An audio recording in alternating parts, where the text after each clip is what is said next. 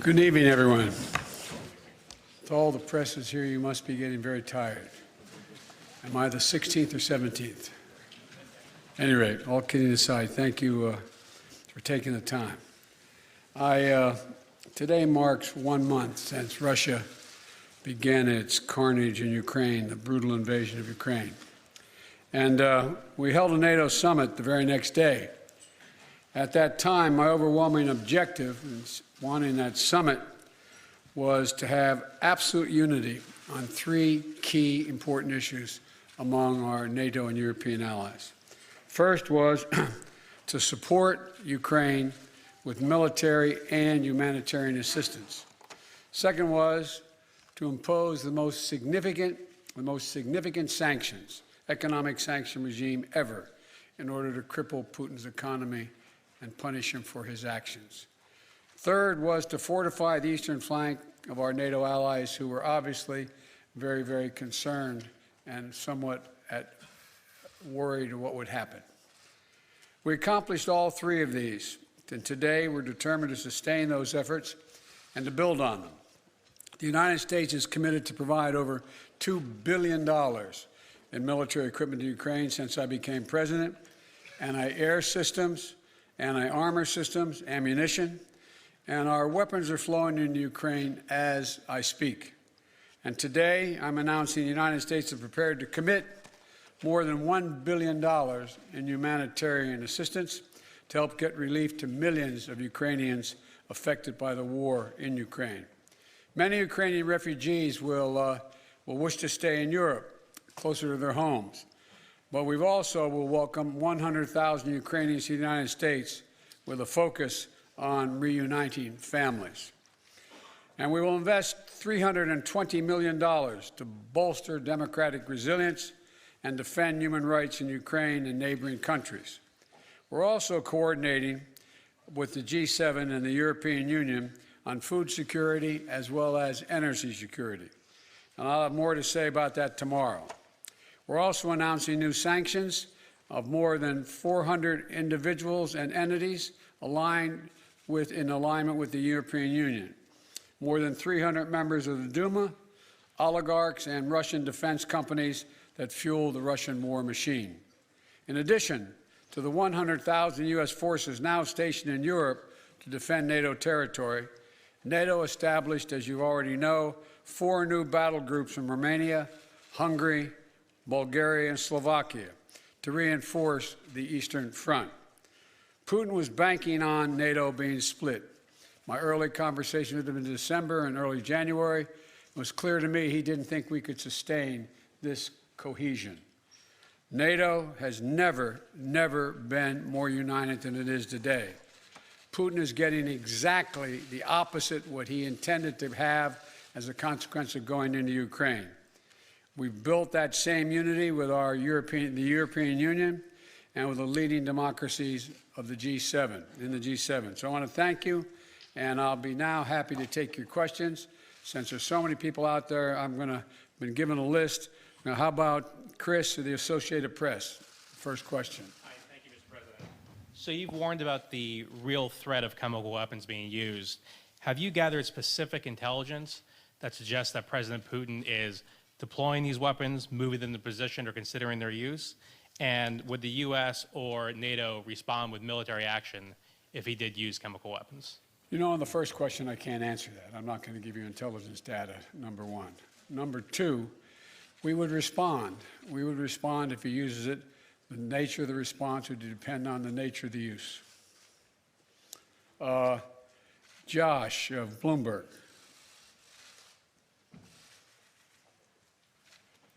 Perhaps I'll just project, Mr. President. Thank you very much. If I had your voice, I'd have been elected a lot earlier. I'll give it a try. He's got a long arm. Thank you. Can you talk to us about 2 things, sir? One, since your conversation with President Xi of China, have you seen any indications of action or lack of action from China that has led you to believe whether they will intervene and help Russia, either with the sale of arms or the provision of supplies to support this war in Ukraine? And secondly, can you say whether the conversation today turned to the subject of food shortages and what the U.S. will do to address wheat shortages in particular as a result of this war? Thank you. On the first question relating to President Xi Jinping of China, I had a very straightforward conversation with Xi now, I guess it's 6 days ago, 7 days ago, in that range. And I made it clear to him, I made no threats, but I made it clear to him that make sure he understood the consequences of him helping Russia, as had been reported and as what was expected. And I made no threats, but I pointed out the number of American and foreign corporations that left Russia as a consequence of their barbaric behavior. And I indicated that I knew how much he, because we had long discussions in the past about his interest in making sure he had economic relations and economic growth with Europe and the United States, and indicated that he'd be putting himself at significant jeopardy in those aims if, in fact, he were to move forward. I am not going to comment on any detail about what we know or don't know as a consequence of that conversation, but tomorrow or next Monday that Ursula is having that conference with China, the 1st, on April 1st. We've had discussions because I think that China understands that its economic future is much more closely tied to the West than it is to Russia. And so I'm hopeful that he does not get engaged. We also did discuss today that there's a need for us to set up, NATO to set up, and the EU, to set up a system whereby we have an organization looking at who has violated any of the sanctions and where and when and how they violated them. And that's something we're going to put in train. It's not done yet. So with regard to Xi, I have nothing more to report. With regard to food shortage, yes, we did talk about food shortages. And it's going to be real. The price of these sanctions is not just imposed upon Russia. It's imposed upon an awful lot of countries as well, including European countries and our country as well. And because both Russia and Ukraine have been the breadbasket of Europe in terms of wheat, for example, just to give you one example. But we had a long discussion in the G7 with both the United States, which has a significant, the third largest producer of wheat in the world, as well as Canada, which is also a major, major producer.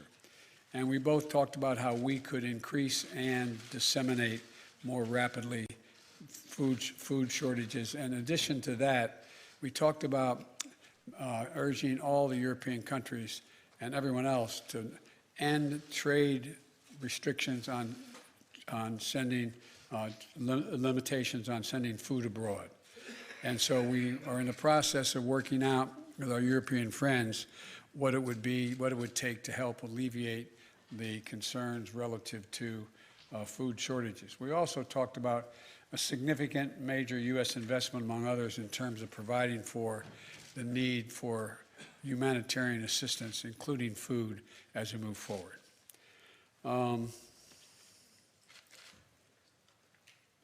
Tarina of the Wall Street Journal. Watch out, you don't get hit in the head there now.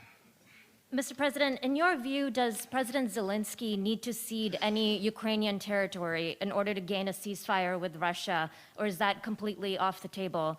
And then also, do you think that Russia needs to be removed from the G20? On the latter point, my answer is yes. That depends on the G20. That was raised today, and I raised the possibility, if that can't be done, if Indonesia and others do not agree, then we should, in my view, ask to have both Ukraine be able to attend the meetings, as well as, basically Ukraine being able to attend the G20 meeting and observe. With regard to, what was the first question? If you think that Ukraine needs to cede That is a total judgment based on Ukraine. Nothing about Ukraine without Ukraine. I don't believe that they're going to have to do that, but that's a judgment. There's negotiations, that are discussions, I should say, that have taken place that I have not been part of, including the Ukrainians, and it's their judgment to make. Cecilia, ABC. There you are. Oh, thank you. Sir, you've made it very clear in this conflict that you do not want to see World War III. But is it possible that in expressing that so early that you were too quick to rule out direct military intervention in this war? Could Putin have been emboldened knowing that you are not going to get involved directly in this conflict? No and no. I do not believe that. And to clarify on chemical weapons, if chemical weapons were used in Ukraine, would that trigger a military response from NATO? It would trigger a response in kind. Whether or not you're asking whether NATO would cross, we'd make that decision at the time. And my final question, because you're heading to Poland tomorrow, do you think that getting a firsthand look at the effects of this war on these millions of Ukrainians who have fled their country could change the way that you might respond? I don't think so, because I've been to many, many war zones. I've been in refugee camps. I've been in war zones for the last 15 years, and it's devastating. And but the thing you look at the most is you see these young children. You see children without parents that are in those camps or in refugees. You see women and husbands, men and women who are completely lost and have no nose. You see the look, that blank look on their face, that absolute feeling of, my God, where am I? What's going to happen to me? And so what it will do, it will reinforce my commitment to have the United States make sure we are a major piece of dealing with the relocation of all those folks, as well as humanitarian assistance needed both inside Ukraine and outside Ukraine. For example, this is not something that Poland or Romania or Germany should carry on their own. This is an international responsibility. The United States, as a leader, one of the leaders in the international community, has an obligation to be engaged and do all we can to ease the suffering and pain of innocent women and children and men, for that matter, throughout Ukraine, and those who have made it across the border. I plan on attempting to see those folks, as well as I hope I'm going to be able to see, I guess I'm not supposed to say where I'm going, am I? But anyway, I hope I get to see a lot of people.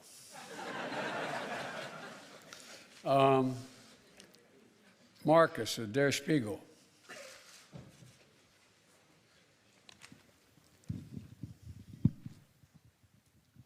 Thanks, Mr. President.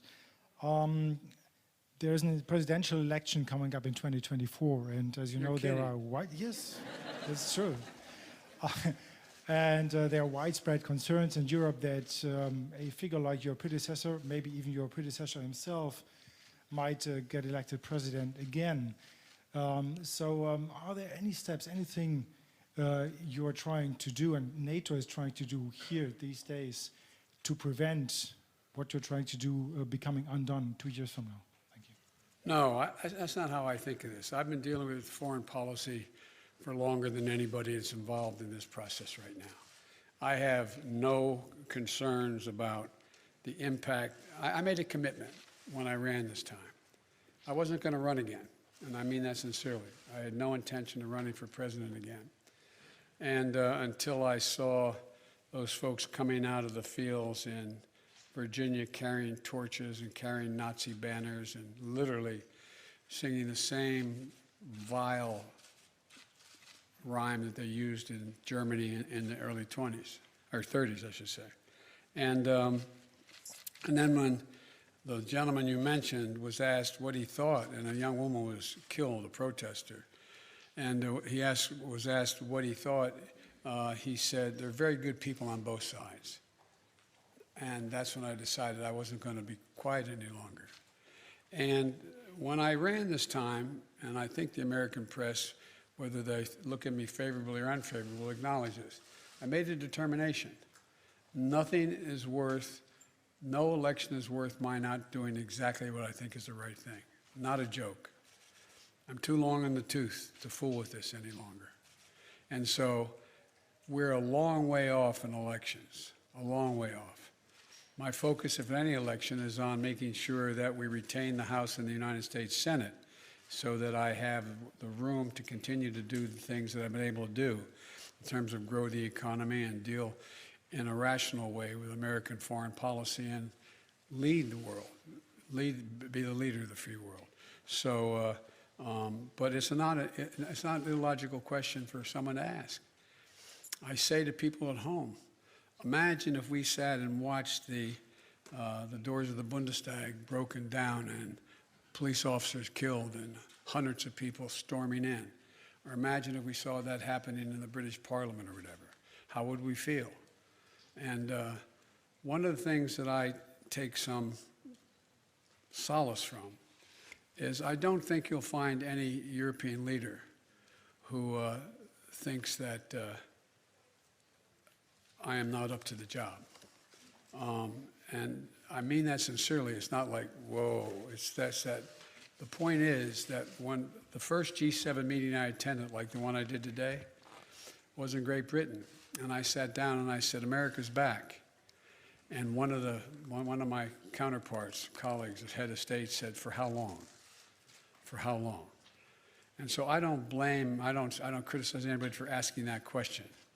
But the next election, I'd be very fortunate if I had that same man running against me. Thank you very, very much.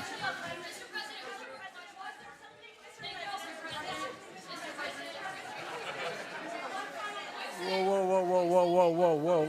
No. Yeah, one final question, right. Hey, look, wait, hold on a second, please. I was supposed to be an hour ago at the European Union meeting and to speak. No, and I'm thanking you.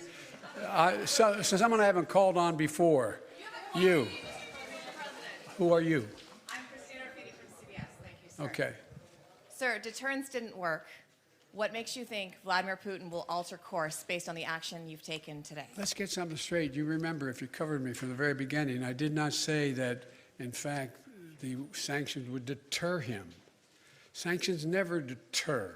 You keep talking about that. Sanctions never deter.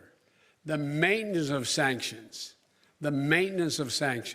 the increasing the pain, and the demonstration why I asked for this NATO meeting today is to be sure that after a month we will sustain what we're doing, not just next month, the following month, but for the remainder of this entire year.